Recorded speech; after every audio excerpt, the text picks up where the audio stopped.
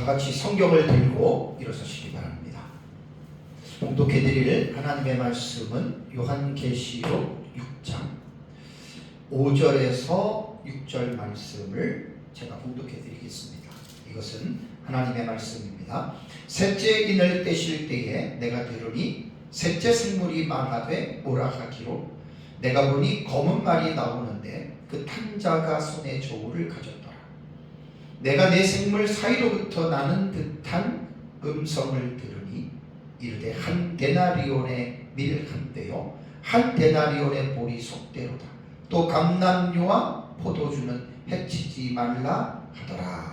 아멘. 네, 앉으시기 바랍니다. 요한계시록은 6장부터 19장의 내용이 제일 어렵습니다. 읽어도 사실 무슨 말인지 거의 모르는 내용들이 이제 6장부터 19장에 기록이 되어져 있습니다. 그래서 사실 요한계시록은 무조건 읽는다고 깨달아지는 것이 아니다. 사실 그렇죠. 그래서 요한계시록을 올바르게 이해하기 위해서는 제가 기본적인 지식들을 먼저 선행학습을 한 후에 읽어야 이제 요한계시록에 대한 부분에 대해서 우리가 올바르게 이해할 수 있다라고 하는 사실을 여러분들이 다시 한번 기억하시기 바랍니다.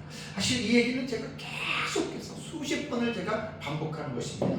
왜 제가 이렇게 반복을 하냐면 정말 요한계시록이 너무 어렵기 때문에. 그래서 어려운 이유를 알지 못하고 읽으니까 평생을 읽어도 모르는 거예요. 하나님의 은혜로 제가 이제 정말 요한계시록을 좋은 스승을 만나서 깨닫고 계속 연구하면서 너무나 이 사실이 안타까워서 제가 이제 계속 이렇게 말씀을 드리는 겁니다. 지지난주에 제가 요한계시록을 6장 이후부터 읽을 때에는 한 5가지 정도는 기본적으로 알고 있어야 된다고 말씀했죠. 이게 되게 중요합니다. 간단하게 다시 이번 주 동안 제가 말씀을 드리겠습니다. 요한계시록은 장과 절에 얽매여서는 안 됩니다. 그러니까 구약성경과 신약성경이 기록될 때 장과 절이 없이 기록이 되었다. 부연 설명 안 하겠습니다. 두 번째는 요한계시록을 6장 이후부터 이해하기 위해서는 2가지 구조를 꼭 공부를 해야 됩니다. 그러니까 2가지 구조가 형식상 구조와 내용상 구조인데, 형식상 구조는 기록된 순서대로 요한계시록을 먼저 개론적으로 이해하는 거예요. 6장부터 19장이 되게 어렵잖아요. 그 다음에 이제 이걸 이제 그 내용상 구조로 또 이해를 해야 되는데, 요한계시록은 기록된 순서대로 이루어지는 것이 아닙니다. 사건은 순서대로 이루어지는 것이 아니다.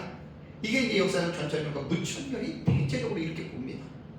그래서 부연 설명은 안 하겠습니다. 세 번째는 6장 이후부터 19장까지는 본경과 사경이 뭔지를 기본적으로 알아야 돼요. 그러니까 형식상 구조를 공부를 하면 요한계시록에는 3가지 7시리즈, 7인, 7나팔, 7대접이 어느 누가 봐도 제일 주축이 되는 내용이기 때문에 학자들이, 거의 대부분 학자들이 그것을 보경군이라고 이야기를 하고, 그 외에 나머지 내용들은 그 보경 사이에 들어간 삽입된 이제 계시다 그래가지고 삽경이라고 부른다고 그랬죠. 그러니까 이걸 먼저 이해하셔야 됩니다. 그 다음에 이제 네 번째는 이제 이 요한계시록의 3가지 7시리즈를 이해하기 위해서 몇 가지, 제가 3가지 중요한 용어를 이해해야 된다 그랬죠.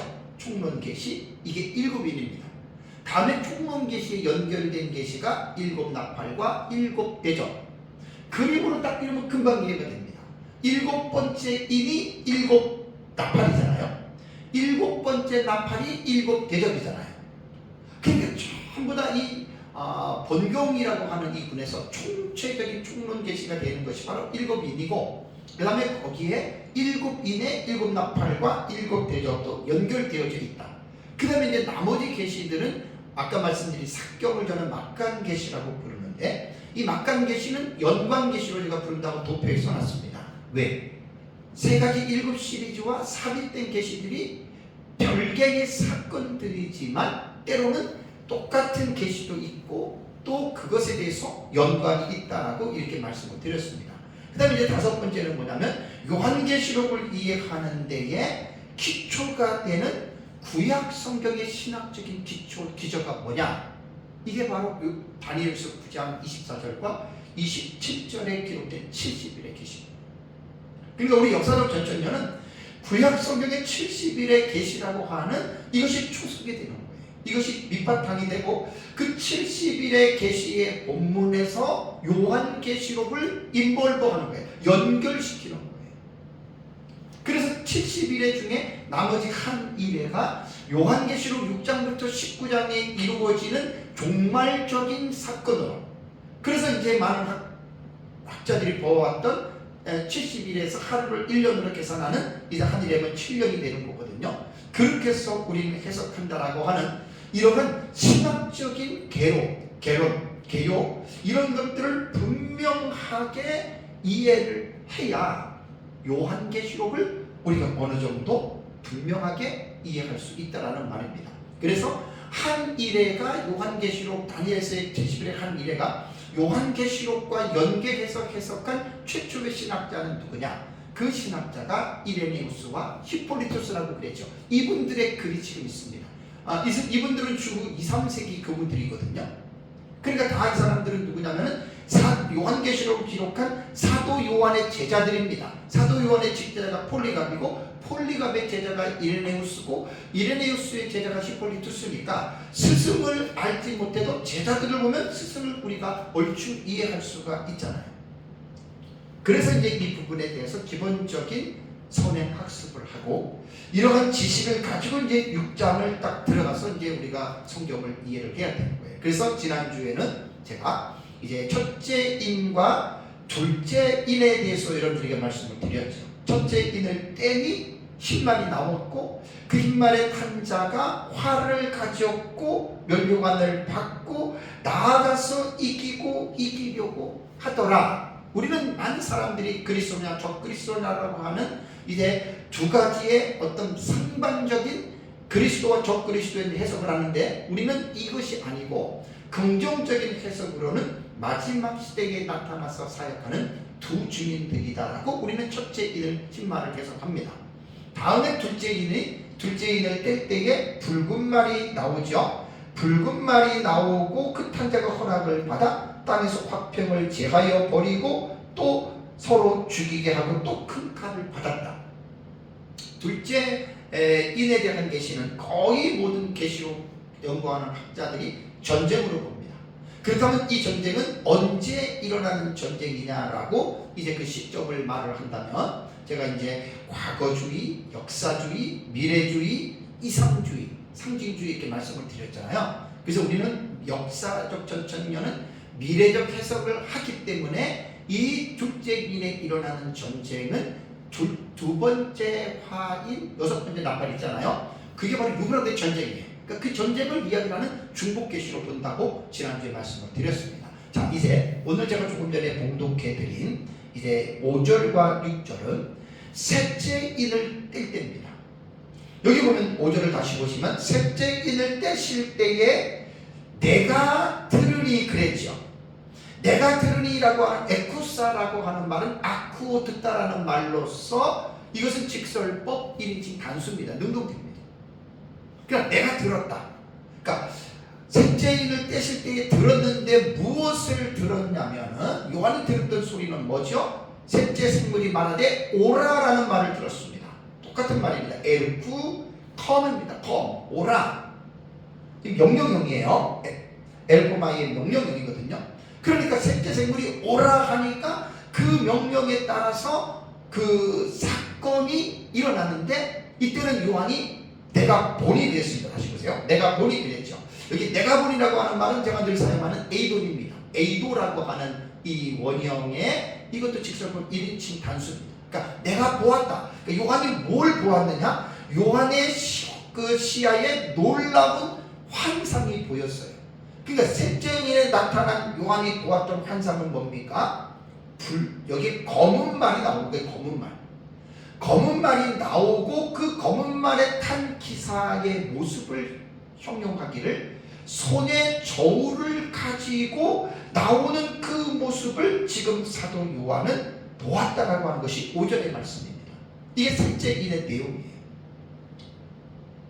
그러고 나서 6절을 보시면 요한이 뭐라고 기술을 하냐면 내 생물 사이에서 나는 듯한 소리를 들었다라고 말을 했죠. 그죠?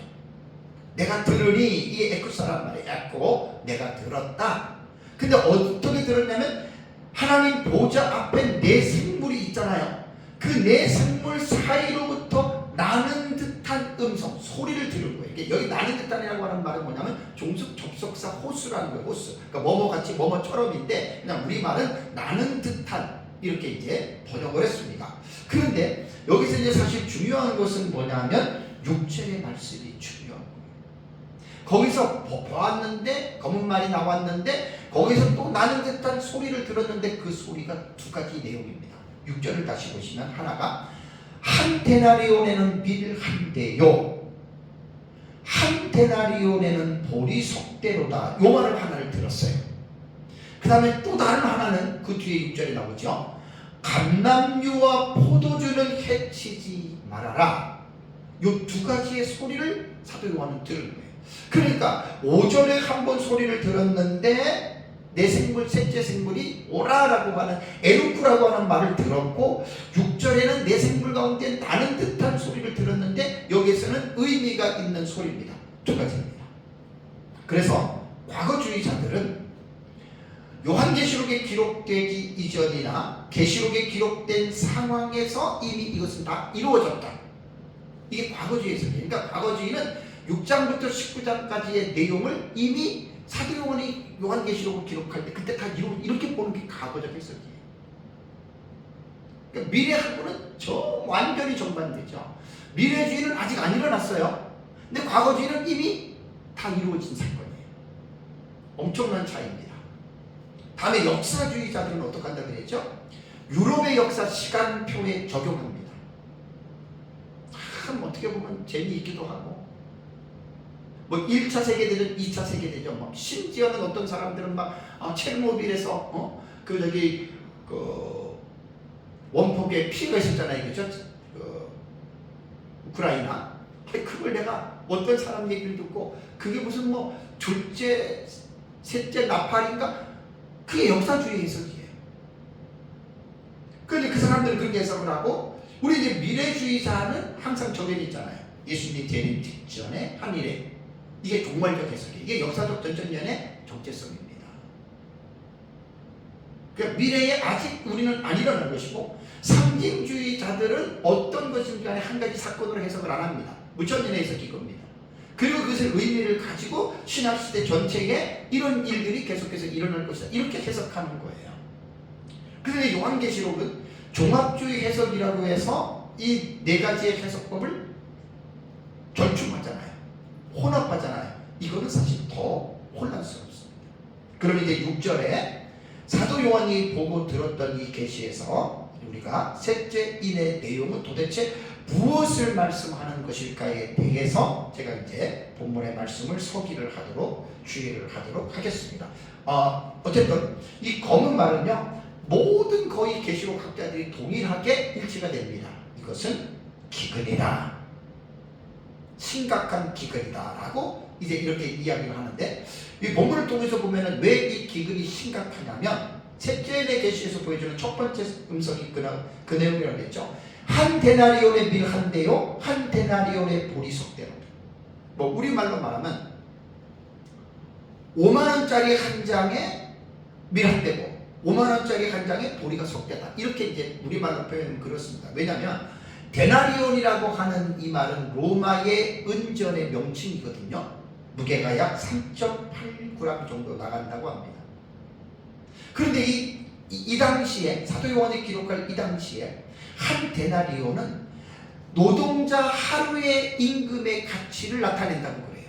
뭐 요즘으로 말하면 우리로 말하면 어때요? 보통 하루 일하면 보통 한 10만 원 정도? 그것도 건설업이냐 아르바이트냐 따라서 다른데 보통 이제 만 원씩 잡는다면 8시간 하면 8만 원 그죠? 또 비싸게 하는 데는 건설 같은 데는 10만 원, 15만 원 이렇게 되는데 어쨌든 한 사람의 노동자의 하루 임금입니다.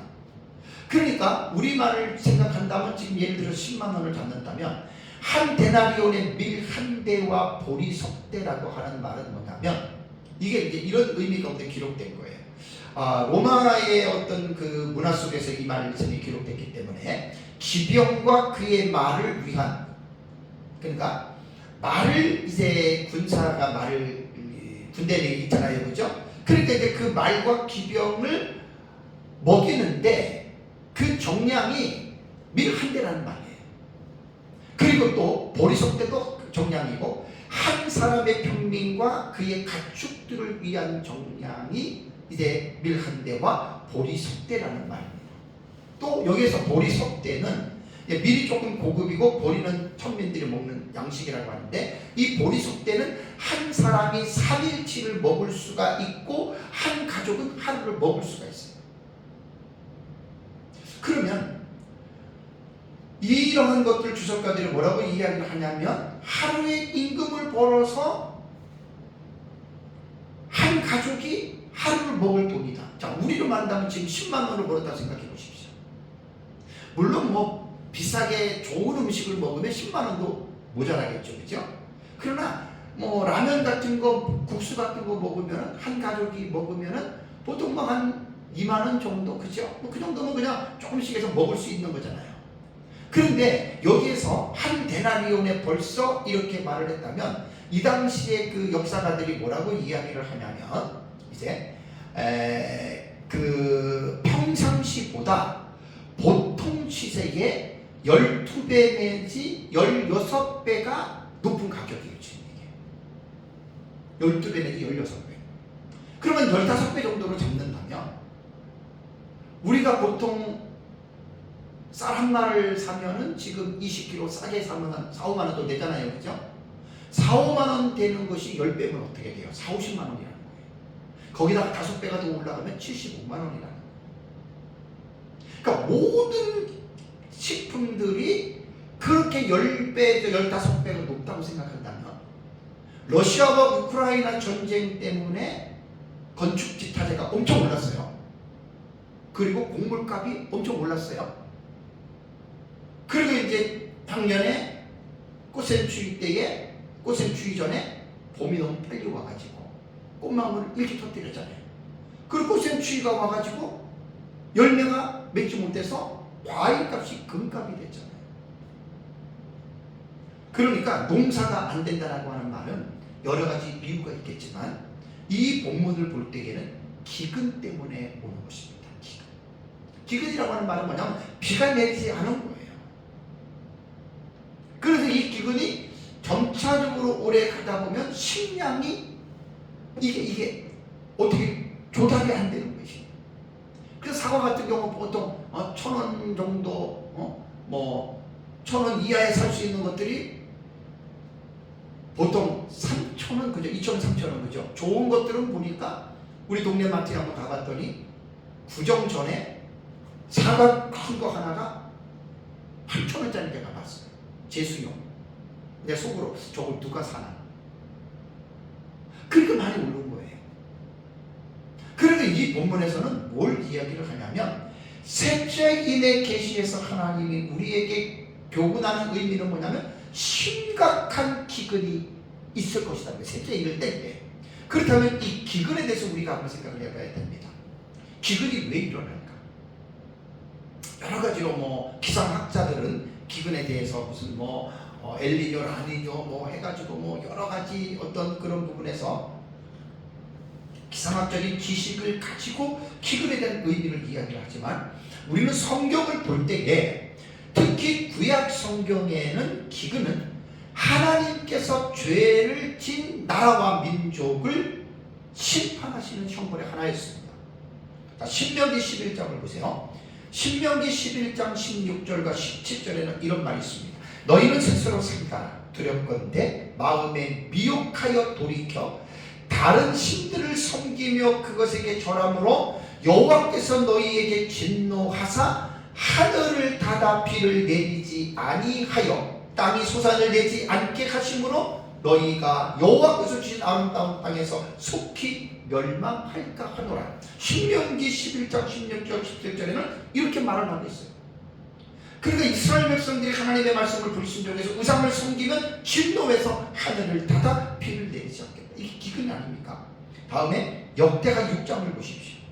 역대하 6장 26절과 27절을 보시면 만일 그들이 주께 범죄함으로 말미암아 하늘이 닫히고 비가 내리지 않는 주의 벌을 받을 때에 이런 말이 나옵니다.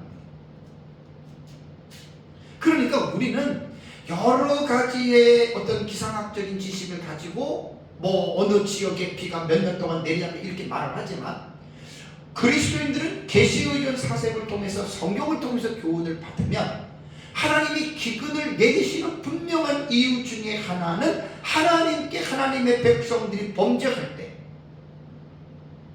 그때 하나님의 하늘을 닫히고 비가 내리지 않고 그것이 주의 벌을 받는 하나의 도구라고 수단이라고 말을 하고 있다는 거예요. 다음에 예레미야 24장 10절을 보세요. 예레미야 24장 10절을 보면은 하나님이 예레미야를 통해서 뭐라고 얘기를 하냐면 내가 칼과 기근과 전염병을 그들 가운데에 보내 그들이 내가 그들과 그들의 조상에게 준 땅에서 멸절하기까지 이르게 하리라 하시니라. 구약시대 이스라엘 백성들이 하나님 앞에 죄를 짓잖아요. 이 세 가지가 3종 세트예요. 칼, 기근, 전염병. 칼은 전쟁이에요. 그 다음에 기근이 꼭 따라와요. 그 다음에 전염병이 돌아요. 이게 구약시대 하나님이 이스라엘 백성들이 하나님 앞에 범죄할 때 그 나라를 심판하시는 하나님의 하나의 그 형벌이었다는 말이에요. 자, 마찬가지입니다. 지금도 그렇고 인류 종말의 시대에도 그렇고 이 세상이 하나님을 향하여 죄를 질 때 세상 사람들은 죄를 질 수밖에 없지. 또 하나님의 자녀들이 하나님 앞에 죄를 질 때 하나님은 구약시대에 행하셨던 것처럼 칼, 전쟁과 그 다음에 기근과 그 다음에 전염병으로 하나님은 이 시대에도 이렇게 하나님은 심판하실 것이고 그런데 이것이 요한계시록의 6장에 나타나는 이 사건을 볼 때는 인류 마지막에 셋째인을 뗄 때에 이런 심각한 기근이 일어난다는 말입니다. 그렇다면 요한계시록에서 이 기근에 대한 계시가 셋째인 밖에 없겠느냐? 아닙니다. 더 있습니다. 두 군데만 제가 여러분들에게 말씀드리겠습니다. 자, 11장 16절을 보십시오. 계시록 11장 16절을 보시면 계시록 11장은 두 증인장이잖아요. 여기서 무슨 말이 나오나 6절을 보세요. 저희가 권세를 가지고 하늘을 닫아 그 예언을 하는 날 동안 비 오지 못하게 하고 여기서 말하는 저희는 11장에 나온 두 증인입니다. 두 증인이 1260일 동안 사역을 하죠. 그러니까 한 일회로 말하면 1260일은 전반부입니다. 한 일회가 시작이 될 때 전반부에 해당이 되는 일자로 말하면 1260일인데 이 1260일 동안 권세를 가지고 하늘을 닫아 예언하는 날 동안에 비가 오지 못하게 하고 그러면 이게 기근이 아니죠. 기근이잖아요. 자, 1년 비 안 오면 전년도에 비축해놨던 물량을 가지고 먹을 수 있어요. 근데 전년도에 기근이 있었다면 전년도에 비축한 그 양식이 적을 수밖에 없겠죠. 그 2, 3년 전부터 기근이 있었다 그러면 비축한 양식이 적을 수밖에 없어요. 그러니까 아마 제가 볼 때는 한 해가 시작되기 이전부터 기근은 올 수밖에 없어요. 지금 여러분 그 자연적인 환경적으로 볼 때에 지금 가면 갈수록 점점 더 기상이변이 말도 못하게 전 세계로 나타나죠. 작년에 여러분 산불 난 거 보십시오. 하와이, 그 다음에 캐나다, 뭐 말도 못하지 않습니까? 유럽 쪽에. 그러니까 이 자연 어떤 그 자연 환경적으로 볼 때도 지금 올해는 뭐 더한 어떤 작년보다 못지 않는 그러한 피해가 올해가 충분히 올 수 있습니다. 그래서 항상 뉴스에 보면은 뭐 어떤 장마라던가 혹은 폭설이던가 혹은 태풍이던가 그런 거 보면은 50년 만에 막 100년 만에 이런 신기록이 점점 쓰여지죠. 그리고 앞으로 가면 갈수록 이 자연재해는 말로 형용할 수 없을 정도로 점점 더 큰 것들이 옵니다. 왜? 저는 여러 가지 이유가 있겠지만 인간적인 면으로 볼 때는 문명의 이기에서 오는 것입니다. 인간의 문명이 자연을 자꾸만 편하기 위해서 이 자연의 환경을 파괴하는 거예요. 이산화탄소 배출이라던가 뭐 여러 가지 어떤 그런 거 있잖아요. 말도 못합니다. 그러니까 엎친 데 덮친 격이라고 하는 거예요. 계속해서 이 세상은 여러 가지의 환경을 통해서 기근이 점점 심해지는데, 한일해가 시작될 때 주중인들의 사역을 할 때 아예 예언한 날 동안 비가 오지 못하게 합니다. 우리 문자적으로 이 부분을 받아야 됩니다. 그렇다면 우리는 그냥 단순히 왜 그러면 두중인들이 비를 내리지 못하게 할까? 그럼 두중인들이 잘못된 것이 아닌가? 이렇게 우리는 생각 유추할 수 있잖아요. 아니에요. 두중인들은 하나님의 종들입니다. 마지막 시대의 종들입니다. 아까 조금 전에 제가 말씀을 드렸잖아요. 기근이 왜 일어날까? 하나님의 심판이라고 했죠. 자, 계시록 18장 5절을 가보세요. 계시록 18장 5절에는 뭐라고 하나님이 말씀을 하냐면, 그의 죄는 하늘에 사무쳤으며 하나님은 그의 불의한 일을 기억하신지라. 그러니까 계시록 18장은 이 세상이 심판을 받는 장면을, 중요한 몇 가지 장면을 클로즈업 시켜서 18장을 기록해 놓은 거거든요. 그러니까 이 세상이 왜 하나님의 심판을 받느냐? 세상의 심판이 하늘에 사무쳤다는 거예요. 말도 못한, 정말 이 세상에 믿지 않는 사람들은 말할 것도 없지만 믿는 그리스도인들조차도 하나님 앞에 얼마나 많은 죄를 집니까? 우리가. 그러니까 그러한 죄들이 하나님 앞에 사무치는 거예요. 그러니까 하나님의 그 일을 기억하는. 그래서 두중인의 사역을 통해서 엎친 데 겹친 경우로 기근이 더 심해지니까 이때는 보통 물가의 10배 내지 15배 정도가 높을 수밖에 없는 거죠. 다음에 두 번째는 어디에 나오냐면 계시록 9장 13절과 21절이 여섯째 나팔 나오죠. 그죠? 이게 둘째 과예요. 이게 유버론의 전쟁이라는 거예요. 요건 제가 여섯 번째 나팔에 자세히 설명한다라고 지난주에도 말씀을 드렸죠. 결론적으로 말씀을 드리면 이 후 3년 반이 시작이, 후반부에 3년 반이 시작이 되면서 전쟁이 일어나는 게 유버론의 전쟁인데, 이 전쟁은 전무후무한 전쟁입니다. 전대미문의 전쟁입니다. 인류의 3분의 1이 전쟁을 통해서 죽임을 당합니다. 엄청납니다. 그러니까 성경을 모르는 사람들은 이런 거 생각도 못하죠. 여러분들의 성경을 떠나서도 앞으로 3차 대전 핵전쟁으로 거의 모든 사람들이 인정할 수밖에 없잖아요. 핵전쟁은 뭐지요? 지금 지구를 100개 이상을 파괴할 만한 핵들을 지금 나라들이 나눠 갖고 있어요. 강대국들이. 터키도 그렇고 인도도 그렇고 핵 갖고 있어요. 심지어 북한도 갖고 있다고 봐야 돼요. 핵의 파괴력은 말도 못하게 엄청납니다. 뭐 미사일 하나 떨어져서 몇백 명, 그게 아닙니다. 몇십만 명, 몇백만 명이 죽을 수 있는 위력을 갖고 있는 게 핵무기고, 그 다음에 수소폭탄입니다. 점점 더 강력하게 만들죠. 그러니까 서로가 핵을 쏘게 되면 인구 밀집 지역에서는 보통 몇백만 명, 몇천만 명까지도 핵 하나에 죽을 수 있습니다. 대도시에. 그러니까 이 4대 열강 전쟁이 세계 인류의 3분의 1이 죽는 것은 그 전쟁밖에 없는 거예요. 그래서 여러분, 이 유브라데 전쟁은 3차 대전으로 우리가 볼 수가 있는데, 자, 그럼 보세요. 셋째인의 검은 말이 나올 때 기근이라고 말을 했죠. 두중인들의 사역에 이미 기근이 시작이 됐어요. 자, 3년 반 동안 비가 안 와요. 그러면서 이제 후반부에 들어가서, 후반부가 들어갈 때 둘째와 유브라데 전쟁이 일어나요. 이게 둘째인이라고 지난주 말씀을 드렸어요. 그럼 이 전쟁으로 말미암아 벌써 여러분, 세계의 인구의 3분의 1이 죽을 정도면, 핵은 딱 죽은 것으로 끝나지 않잖아요. 핵이 떨어진 곳에서 후유증이 생기잖아요. 후유증.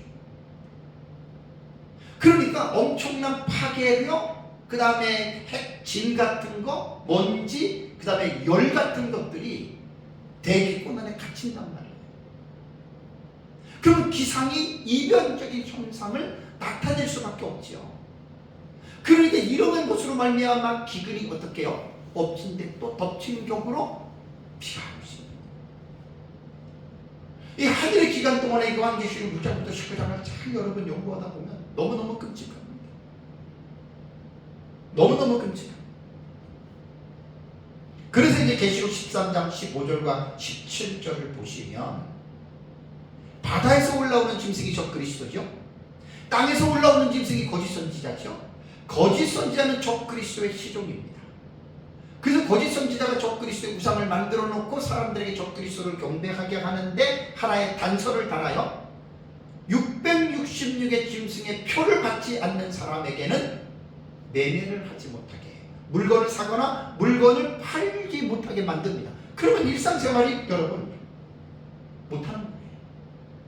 그래서 마지막 때에는 이 적그리스도 되게 중요한 거예요. 오후에 넷째 인의 계시가 총왕생말이 적그리스도거든요. 좀 자세하게 말씀드립니다. 적그리스도가 나타나면 마지막 때 사탄이 쓰는 사탄의 화신이라고 그러잖아요. 사탄의 화신. 그래서 계시록 13장에는 666의 짐승표를 받지 않는 사람들은 물건을 매매할 수 없습니다. 살아가는 게 불가능하다. 자, 그렇다면 세 번째로 이 기근은 그러면 언제 일어나느냐? 여러분 이게 중요한 거예요. 여러분과 사건을 말할 때에는 육하원칙 속에서 말을 하라 그랬잖아요. 이게 문학적인 기본적인 공식이에요. 6.25 전쟁이 언제 일어났어요? 어떻게 일어났어요? 왜 일어났어요? 마찬가지예요. 이 마지막 때 일어나는 이 기근인데 이 기근은 언제 일어나느냐? 아까 제가 설교 초반에 말씀드린 대로 사건의 해석이 네 가지가 있다고 했잖아요. 과거주의, 역사주의, 미래주의, 이상주의. 다 달라요. 그럼 누구 것이 옳으냐? 그것은 하나님만 하세요.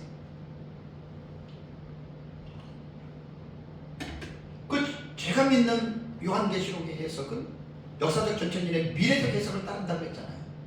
그러니까 미래적 해석을 따르기 때문에 6장 이후부터 19장까지는 한 일회로 우리는 딱 그 텀으로 보는 것이고 그 한 일 안에 6장부터 19장에 50세까지 사건이 일어나는 거예요.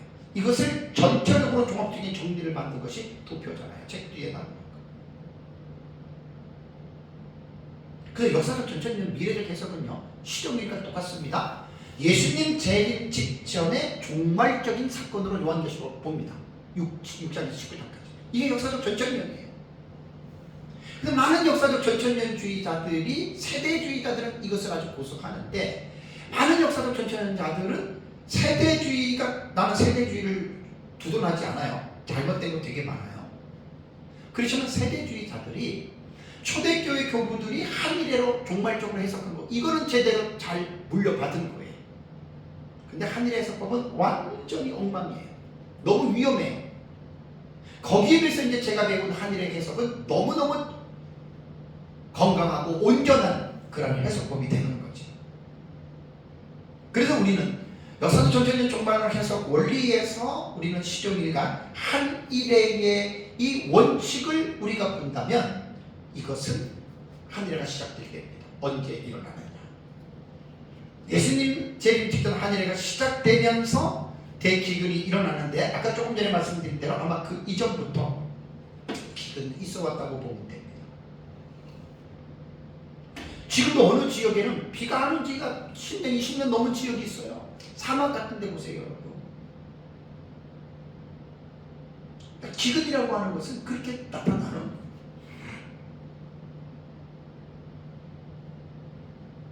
그 다음에 이제 두 번째. 첫 번째 들은 소리에 대해서 말씀을 드렸고, 두 번째 소리는 뭐라 그랬죠? 또, 감람류와 포도주는 해치지 말라. 이제 요 소리를 들었어요. 그래서 도대체 감람류와 포도주를 해치지 말라라고 하는 이 음성이 도대체 이게 무슨 소리일까? 네? 이게 도대체 무슨 소리일까? 여기에서 극심한 가운데 이미 조금 전에 말씀드린 대로 극심한 가뭄이에요. 극심한 가뭄 때문에 물가가 엄청나게 10배, 15배 올랐어요. 그 가운데서도 감람류와 포도주는 해치지 말라. 그럼 보존한다는 얘기거든요. 도대체 이 말이 무슨 내용입니까? 그래서 계시록은 백인 백색의 책이기 때문에 해석하는 사람들마다 입장이 달라도 너무 다릅니다. 그래서 두 번째 메시지의 제 해석을 제가 6가지로 제 책에도 써놓은 그대로 말씀을 드릴게요. 과거주의자들은 항상 그렇습니다. 과거에 뭐 네로 황제 때에, 도미트랑 황제 때에, 누구 황제 때에 이미 이루어졌어, 이렇게 다 끝내버려요. 그러니까 첫째인, 둘째인, 셋째인, 다섯째, 여섯째인, 일곱째인, 이게 전부 다 과거에 전부 다 이루어진, 이게 과거적 해석이에요. 그러니까 우리 미래적 해석은 정반대잖아요. 과거 해석은 다 이루어졌죠. 우리는 아직 안 이루어진 거예요. 종말에 이루어지는 거예요. 되어가 안 돼요. 그러나 알고는 계시라는 말이에요. 그 다음에 이제 상징의 해석 같은 경우는 감람류와 포도주는 사치품이기 때문에 가난한 자는 굶주림의 고난을 당하나 부자들은 여전히 사치를 즐긴다. 의미적으로 볼 때는 틀린 말은 아니에요. 우리가 가난할 때 돈 없는 사람은 굶어 죽어도 돈 있는 사람은 살아남지요. 그죠? 이렇게 해석하는 게 상징의 해석을. 다음에 또 하나의 이제 뭐 상징의 해석과 혹은 뭐 다른 의미로 볼 때 감람류와 포도주를 성찬과 관련지어서 해석해서 믿는 자들에 대한 기근의 면제를 약속한 것이다. 약간 좀 우리가 보는 것과 비슷해요. 믿는 자들에게는 기근을 면제해 주는데 그렇다면 어디에서 어떻게 하느냐, 이게 이제 중요한 거예요. 여러분, 하나님이 비를 내려주고 안 내려줄 때 옛날에 뭐 고센 땅에서 좀 그런 일이 있었기는 하지만 출애굽 당시에 비를 막 내려주는데 예수 믿는 사람들에게만 비를 내려주고 안 믿는 사람 비를 안 내, 그런 건 아니잖아요. 그러니까 이 해석은 의미는 있어요. 분명히 이러한 뉘앙스가 있기는 하지만 어떻게 구체적인 부분을, 이것은 릴 제이라고 하는 학자가 해석한 건데 의미는 있지만 구체적인 것을 이것은 지적해 주지 못한 거예요. 다음에 네 번째는 마운스나 레디나 존슨이나 모리스 같은 이 학자들의 해석인데 감람류와 포도주를 사치품이 아니라는 거, 이거는 일상생활에 필요한 필수품으로 보아서 본문은 기근의 한계성을 나타낸다. 근데 우리는 이 해석을 조금 동의하기가 힘들어요. 왜냐하면 엄청난 대기근이거든요. 다음에 이제 다섯 번째는 신자들의 종교 생활에 대한 보호를 상징한다. 그러니까 기름과 포도주는 성경에서 종교를 상징한다. 뭐 이렇게 말을 한 학자가 있거든요. 로마이어라고 하는 학자입니다. 로마이어라는 학자예요. 근데 이것도 제가 볼 때는 약간 의미는 있어요. 그러니까 신자들의 종교 생활에 대한 보호를 한다. 그렇다면 이제 문제는 아까 앞에서 릴 제이가 말한 것처럼 믿는 자들을 기근에서 면제해준다라고 하는 이 의미는 우리가 이해가 되는데 언제 어떻게 구체적인 의미가 없잖아요. 그래서 마지막 여섯 번째는 제가 스승한테 배운 내용이 그거예요. 하늘의 후반부, 이 후반부에 둘째와 유브라데 전쟁이 일어난다고 그랬죠. 세계의 3분의 1이 죽는다고 그랬죠. 자, 기근은 그 전부터 시작했죠. 세상이 완전히 말할 수 없는 엄청난 그러한 어려움 가운데 겪고 있는데 여기서 포도주와 감람류를 해치지 말라라고 하는 말은 우리 미 목사님 어떻게 보냐면 후반부의 이 대환란 때에 예비처가 있죠. 요한계시록에서 예비처는 되게 중요한 계시입니다. 그러니까 대환란 가운데서 하나님이 특별하게 이 세상 어디엔가 하나님만 아시는 그 장소가 있어요. 하나님이 예비하신 장소. 그 예비처에 들어가는 성도들이 있단 말이에요. 이거는 참 많이 들은 사람이 얘기하지만 처음 듣는 사람은 고개를 갸우뚱해요. 이게 도대체 뭔 말이야? 그 예비처가 있습니다. 그러니까 여기서 포도주와 감람류를 캐치지 말라고 하는 말은 뭐냐면 이 세상은 말할 수 없는 전대미문의 대환란 가운데 있지만 예비처에 있는 하나님의 보호받고 있는 자들은 악한 영들에게 건들지 말아라. 이 계시록을 해석합니다. 그러니까 아주 구체적이잖아요. 앞에서 말한 로마이어라든가 릴 제이 같은 경우는 성도들을 하나님이 보호해 주신다라고 하는 그런 것들은 우리와 같기는 하지만 구체성은 없잖아요. 근데 우리는 분명히 후반부 대환란 가운데에 예비처에 있는 하나님의 자녀들을 하나님께서 이들을 보호해 주신다라고 하는 계시로 본다라는 말입니다. 전천년주의자였던 고손기태 그 박사님은 본문을 어떻게 주의를 했냐면 아무리 무서운 기근의 날이 닥쳐온다 하더라도 그리스도의 피로 속죄함을 받고 성령의 기름 부음을 받은 성도들은 하나님께서 반드시 보호하여 주신다, 이렇게 했습니다. 이게 틀린 말은 아니지만 그렇다고 다 맞는 말은 아니잖아요, 그죠? 왜냐하면 후반부 3년 반에 대환란에 떨어지는 성도가 있어요, 없어요? 있잖아요. 거기에 비하면 맞기도 하지만 정확하진 않아요. 또 이강용 목사님은 어떻게 얘기를 했냐면, 하나님은 아무리 극한 상황에서도 자기 백성을 보호하신다, 끝까지 지키시고 인도하신다라고 말을 했습니다. 자, 이 말도 맞지만 이 본문의 말씀은 정확한 해석이 아니에요. 왜? 그 시점에 대해서 해석을 하지 않았잖아요. 그래서 우리는 감람유와 포도주를 해치지 말라라고 하는 말씀이 성도들에 대한 보호의 말씀에는 우리는 인정해요. 같이 공감하고 동의하지만 그때와 장소에 대해서는 분명하게 제시를 해야 됩니다. 그냥 뭉뚱그려서 얼렁뚱땅 그냥 예수 믿는 사람은 예를 들면 환난도 안 겪고 어려움도 없고 괜찮을 거야. 그건 아니지요. 그건 아닙니다.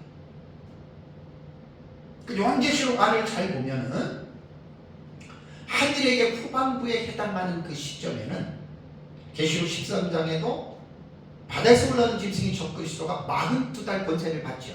그러니까 후반부에 하늘에게 후반부가 해당이 됩니다. 그래서 우리는 정확하게 포도주와 감람유를 해치지 말라고 하는 성도들을 보호하시는 계시이기는 하지만 이 계시가 후반부에 예비처에 있는 성도들, 하나님께서 그들을 분명하게 보호하신다라고 하는 이 사실을 여러분 우리는 분명하게 여러분 믿어야 됩니다. 그래서 예비처에 대한 내용이 나오잖아요. 예비처의 내용이 나오면 뭐가 거론이 돼야 되죠? 어떤 사건이 있죠. 예비처를 들어가느냐 못 들어가느냐에 대한 그 가늠적인 기준이 되는 사건이 뭡니까? 그게 첫째와의 황충화예요. 요건 제가 이제 5번째 나팔, 첫째와 황충화 때 또다시 제가 자세하게 그때 본문을 주일하겠습니다. 첫 번째와 5번째 나팔입니다. 그게 황충의 황충화거든요. 이거는 참 많은 사람들이 보니까 너무 또 달라요. 피해자와 가해자의 설정이 중요하거든요. 황충화는 가해자는 100% 사탄입니다. 피해자는 많은 사람들이 불신자로 보는데 우리는 도저히 이것은 동의할 수 없는 게, 어떻게 인류 종말의 마지막 때에 사탄이 자기를 따르고 목숨을 바쳐서 따르는 그들을 왜 사탄이 해를 끼칩니까, 여러분? 그러니까 황충화에서 피해자는 성도란 말이에요. 그래서 그 성도들이 신앙의 연단을 받는 거예요. 시험 속이에요, 황충화. 그래서 신앙의 핍박을 통해서 성도들이 그 신앙의 박해를 이기느냐 지느냐에 따라서, 이기는 자는 예비처를 들어가고 지는 자는 예비처를 못 들어가요. 그래서 후반부에 한일의 후반부에 3년 반에 예비처를 떨어진 성도들 구원받아도 자기가 하나님 앞에 신앙생활에 이기는 자가 되지 않으면 떨어지는 거예요. 그러면 그 후반부에 말할 수 없는 대환란을 겪어야 됩니다. 많은 사람이 죽는다 그랬죠. 이거를 꼭 요한계시록에서 발견을 하셔야 됩니다. 그런데 황충화에서 믿음으로 이기는 자는 후반부 대환란에 예비처를 들어가는 거예요. 그래서 계시록 2장과 3장의 7교회를 보면 정말 너무 중요한 메시지예요. 두 가지 공통분모가 있잖아요. 귀 있는 자는 성령의 교회들이 하시는 말씀을 들어라. 7교회 다 공의 말씀하셨고, 두 번째는 이기는 자는 계속해서 이기라고 한 교회도 빼놓지 않고 말씀을 했잖아요. 여기 이긴다라고 하는 니콘티, 이것이 뭐냐면 능동태라 그랬죠. 이 분사예요, 분사.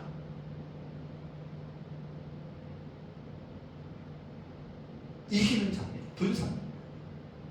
이게 능동태입니다.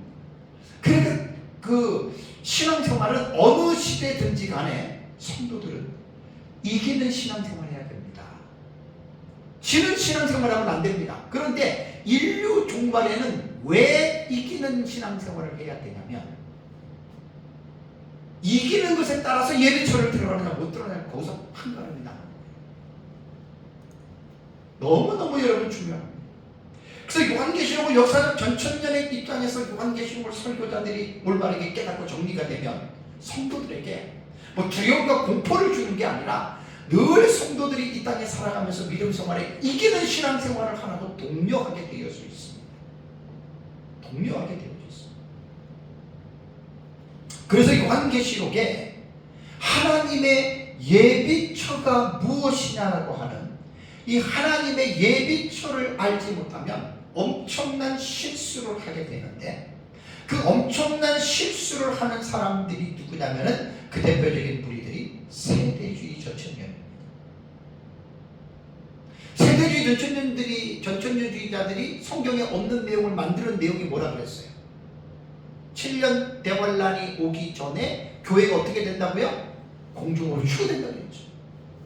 어떻게 보면 그 논리는 너무너무 우리가 바라던 내용이고 너무너무 우리에게 좋은 거예요. 정말 그렇게 됐으면 좋겠어요.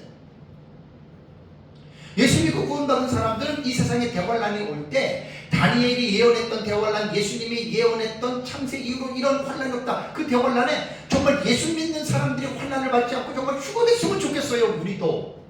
그것도 우리가 바라는 바예요. 그런데 성경을 보세요. 전천년이나 무천년이나 후천년은 다 똑같이 성도들은 환란을 통과해야 된다, 겪어야 된다, 이렇게 말을 합니다.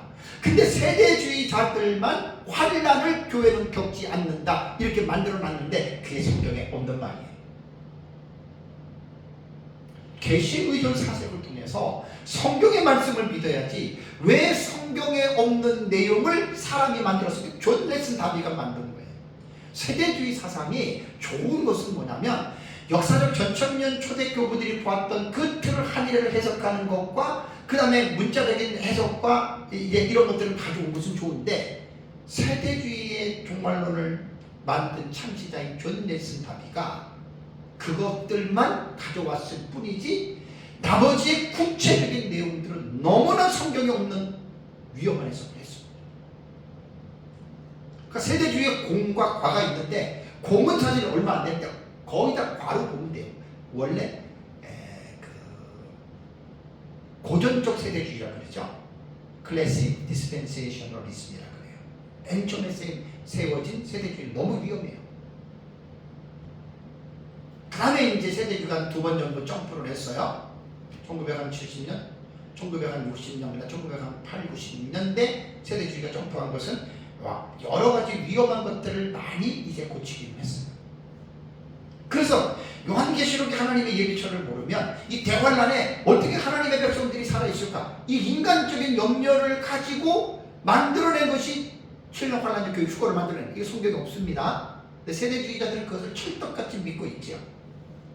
요한계시록 4장 1절에 하나님이 천사가 사도 요한에게 너 이리로 올라오라고 하는 말은 교회가 올라오라고 말한 게 아니에요. 사도 요한을 올라오라고 한 거예요. 사도님. 그거를 냈습니다. 교회가 올라갔다라고 얘기를 하는 거예요. 말이 안 됩니다. 그리고 또 하나, 역사적 전천년주의자들 중에서도 환란 전에 교회가 올라간다라고 이야기하는 사람들은 세대주의자지만, 역사적 전천년주의자들 가운데서도 환란 중 휴거를 말하는 사람들이 있어요. 그 사람들은 투포인트에서 얘기를 해요. 전상전방 끝나고 두 증인이 공중으로 올라가죠. 그걸 또 교회를 거기다가 두 증인들 교회를 전부 다 그쳐. 잘못했을 겁니다. 그리고 이제 마지막 재앙을 담은 재앙이 7 대접이잖아요, 그죠? 7 대접을 쏟아질 때 어떻게 구원받은 사람이 있을 수 있을까? 그래가지고 7 대접이 쏟아지기 전에 환란 중에 휴거된다. 이 투 포인트를 가지고 얘기해. 그것도 잘못 봅니다. 왜 그럼 잘못 보느냐, 여러분?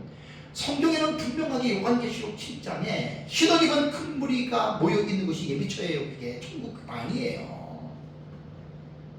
그러니까 성경에서 하나님께서 대환란 가운데 자기 백성들 모두를 하나님께서 예비처로 드리는 것이 아니라 인간의 책임이 있잖아요. 인간의 책임. 이기는 자들. 그래서 계시록 7교회는 이기는 자가 되라라고 분사형으로 계속 얘기했던 거예요. 계속 진행형입니다. 그것은. 그래서 요한계시록 보면 13장 7절을 봐보십시오. 13장 7절에 분명히 나오잖아요. 왜 성도들이 여러분 환난을 안 받습니까? 자, 13장 7절을 보시면 또 권세를 받아 성도들과 싸워 이기게 되고 그랬잖아요. 적그리스도가 성도들과 싸운단 말이에요. 성도들이 핍박을 당해요. 전체가 아니에요. 부분적이에요. 그 다음에 10절을 보십시오. 13장 10절 사로잡힐 자는 사로잡혀 갈 것이요 칼에 죽을 자는 마땅히 칼에 죽을 것이니 성도들의 인내와 믿음이 여기 있느니라. 유대인들은 7년 환란 가운데 그 환란을 당한다는 자들을 세대주의자들은 유대인들이 당한다잖아요. 아니에요. 성도를 말하는 거예요. 성도. 그 다음에 15절에도 보시면 그가 권세를 받아 그 짐승의 우상에게 생기를 주어 그 짐승의 우상으로 말하게 하고 또 짐승의 우상에게 경배하지 아니하는 자는 며칠은 다 죽이다. 성도들이 죽는 거예요. 대환란 가운데. 그래서 요한계시록에는 잘 연구를 하면 대환란 가운데에 하나님의 예비처에서 보호를 받는 무리가 있고 보호를 받지 못하는 무리가 있어요. 이것은 하나님의 선택이 아니라 인간의 성도들의 각자 개인의 책임입니다.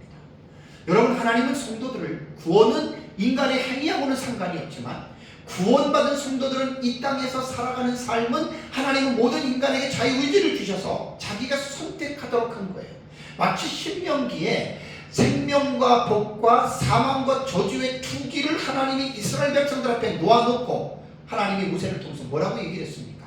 너희가 투기 중에 하나를 선택하라 그랬죠. 이건 인간을 책임적인 존재로 지었다는 거예요. 예수 믿고 구원받았다고 아무것도 우리는 어려운 거 당하지 않고 그거는 잘못된 겁니다. 그렇지 않습니다. 자, 예비초에 계시는 다시 한번 복습서만 볼게요. 12장 6절을 보십시오. 계시록 12장 6절을 보면 그 여자가 광야로 도망하매 거기서 1260일 동안 그를 양육하기 위하여 하나님께서 예비하신 곳이 있더라. 헤토이마죠 토포스예요. 하나님께서 예비하신 곳, 이게 예비처거든요. 이거 다 지난번에 설교했잖아요. 한두 달 전에. 다음에 12장 14절 16절 보십시오. 14절 보면은 그 여자가 큰 독수리의 두 날개를 받아 광야 자기 곳으로 날아가서 거기서 그 뱀의 낯을 펴야 할 때와 때와 반 때를 양육받으며, 이거 6절 말씀이랑 같다 그랬죠. 14절. 이게 예비죠. 그러므로 셋째 일의 계시에서 두 번째 요한이 들었던 음성이 있잖아요. 두 번째 음성. 또 감람류와 포도주는 해치지 말라 하더라라는 요 음성이 있잖아요. 요 두 번째 음성이 무슨 음성이냐? 한일의 후반부에 이루어지는 이 대환란 가운데에, 대환란 가운데에 예비표에 있는 이 하나님의 구원받은 자들, 악한 영들에게, 사탄에게 해치지 말아라 그 말입니다. 그래서 이제 계시록 12장 15절을 한번 보십시오. 15절. 이게 그 말이에요. 자, 15절을 보시면 뭐라고 나와요? 여자의 뒤에서 뱀이 그 입으로 물을 강같이 토하여 여자를 물에 떠내려가게 하려 하되, 그렇게 했다는 게 아니에요. 그렇게 하려고 하되 16절에 땅이 여자를 도와 그 입을 벌려 용의 입에서 토한 강물에 삼키니 그랬죠.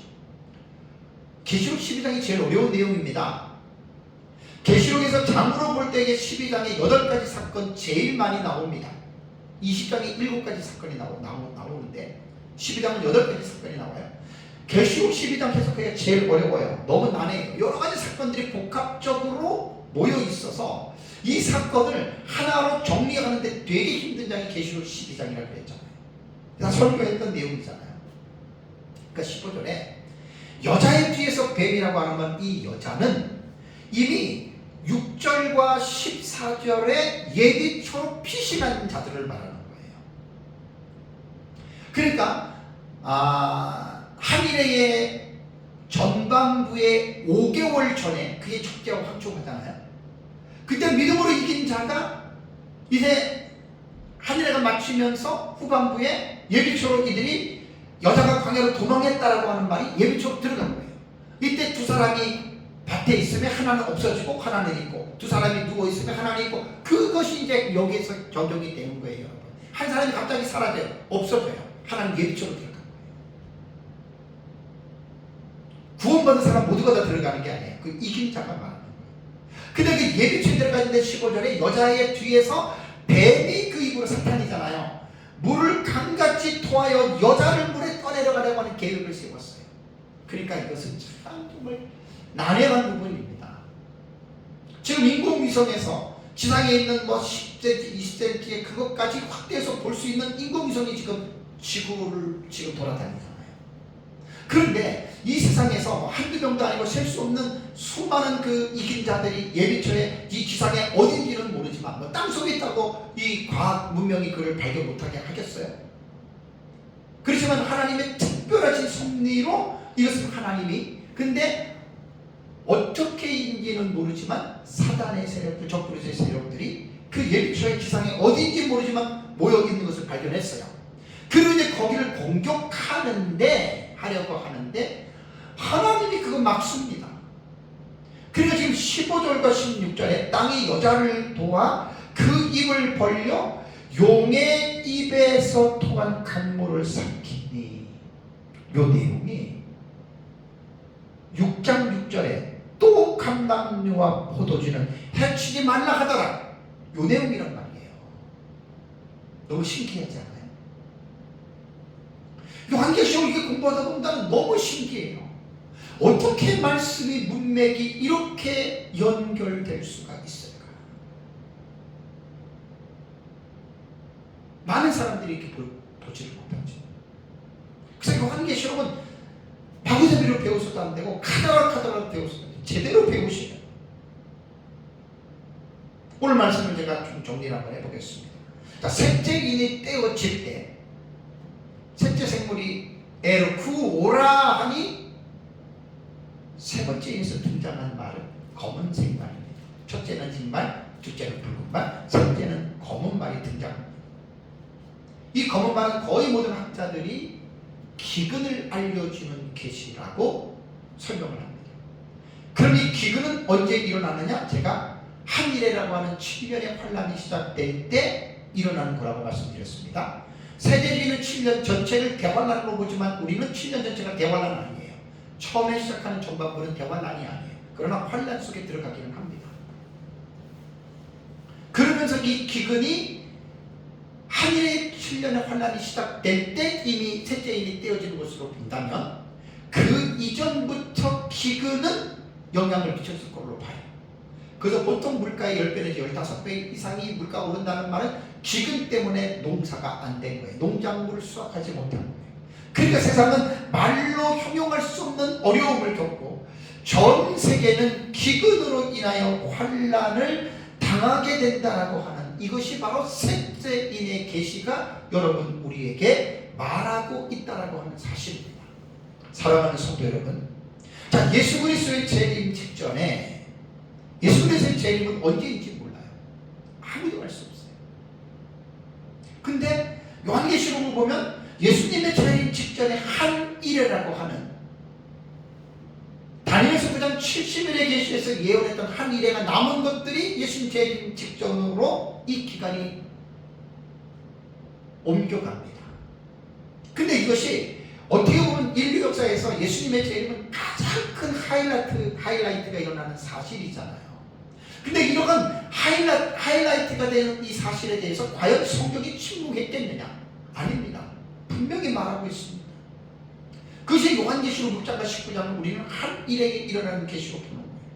그래서 사건으로는 약 53가지의 사건이 일어나는데, 이 한 일에는 한 일회가 돌아온다 그래서 53가지 사건을 모두가 다 하는 게 절대 아니에요. 거의 다 모를 거예요. 그래서 이제 마지막 때에 이 사명을 받은 사명자들이, 두 증인들이 요한계시록의 작은 두루마리를 받아 먹어서 이 계시를 완전히 이해하고 있는 자들이 마지막 때 하나님이 사용하신 두 증인들입니다. 언제인지는 모릅니다.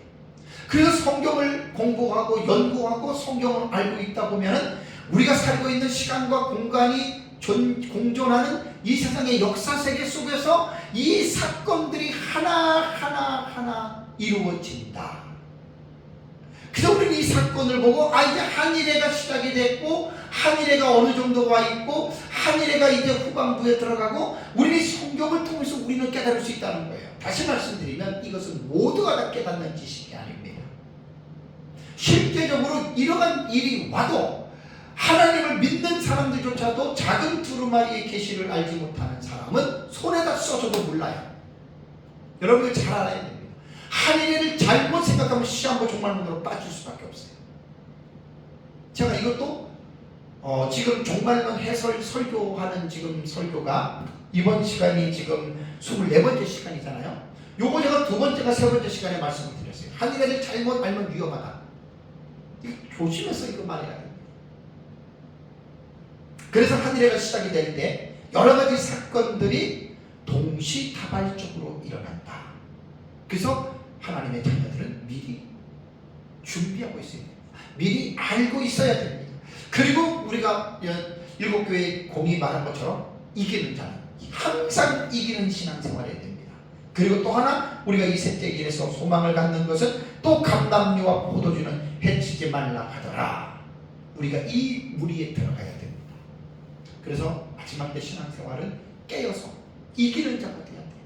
영적으로 잠자는 자가 되면 안 돼요. 이기는 자가 돼야 돼요. 이것을 작은 두루마리를 받아먹은 마지막 시대 사명자들이 성도들에게 여러분들이 신앙을 듣던 미지근하게 하지 말고 이기는 신앙생활을 하십시오라고 설교자들이 외치는 거란 말이에요. 많은 사람들이 이런 말을 들어도 잘 듣지 않겠지요. 그 자기 책임이란 말이에요. 그런 사람들은 구원받았어도 대학원란에 떨어진단 말입니다. 말씀을 잘 기억하고 여러분들이 셋째 인에서 소망의 메시지를 가지고 늘 준비하며 이기는 삶을 살아가시기를 주님의 이름으로 축복합니다. 다 같이 기도하겠습니다.